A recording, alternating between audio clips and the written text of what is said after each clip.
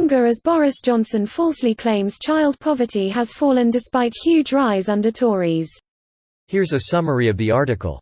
Boris Johnson has sparked anger by falsely claiming child poverty has fallen, despite soaring numbers below the breadline and official forecasts of worse to come. In the Commons, Keir Starmer pointed out Mr. Johnson's own Social Mobility Commission was now forecasting a further huge rise to 5.2 million children in poverty by 2022. An even higher child poverty rate would be an intolerable outcome from this pandemic, so what is he going to do to prevent it?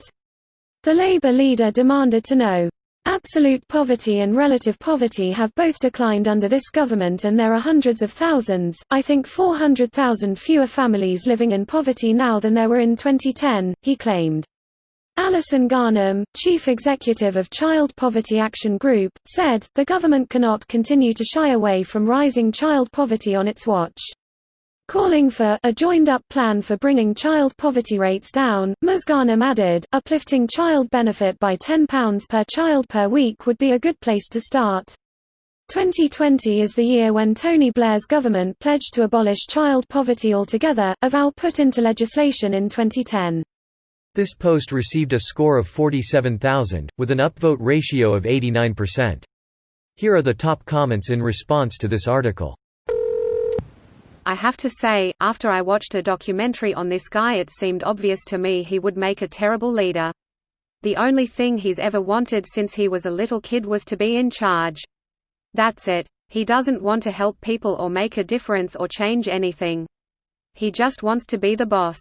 People that want power for the sake of power make terrible leaders. Can we all agree that this experiment of putting rich, unstable, assholes whose only skill is being born rich in charge of everything was a bad idea? Who would have thought 10 years ago, that by 2020 major democracies would be governed by the likes of Johnson, Trump, Erdogan, Duterte and Bolsonaro? I have to hope it is just a short pushback from a dying right, but only time will tell. And #X200B, edit, spelling. Don't forget Australia, India, and most of the post-Soviet bloc. A lot of it is probably pushed by Rupert Murdoch's media empire. He's 89 at the moment, so maybe things will improve in the coming years. You think there isn't a contingency plan for after his death? Murdoch is irrelevant at this point. Exactly, there is no singular cartoonish evil mastermind. It's thousands of old dudes with their cocks in the same frog. Strange analogy, but I dig it. Greater than strange analogy, but I ribbit. This is so much better. He's mastered the Trump technique of just saying what he wants you to hear, regardless of truth or sensibility. Thank Rupert Murdoch for that mess. I've seen his name twice now in this thread. If you don't mind, could you link an article or something explaining who he is and what his role in all of this is? Australian media mogul. Think of a right-wing shyster propaganda magazine or TV channel. He probably owns it. It's not just him. It's all of Western media and its incestuous relationship with wealth and major corporations. That is ridiculous generalization, that equates OANN with NY Times. Bojo delivers exactly what he promised, bus-sized lies. Bojo's bizarre adventure indeed.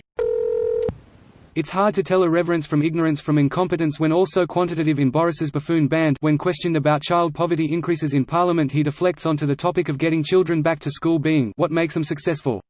One of the major difficulties people experience with Boris is learning to distinguish between him pretending to be stupid just to get people off their guard, pretending to be stupid because he can't be bothered to think and wants someone else to do it for him, pretending to be outrageously stupid to hide the fact that he actually doesn't understand what was going on, and really being genuinely stupid. This video was automatically created by Reddit to speech.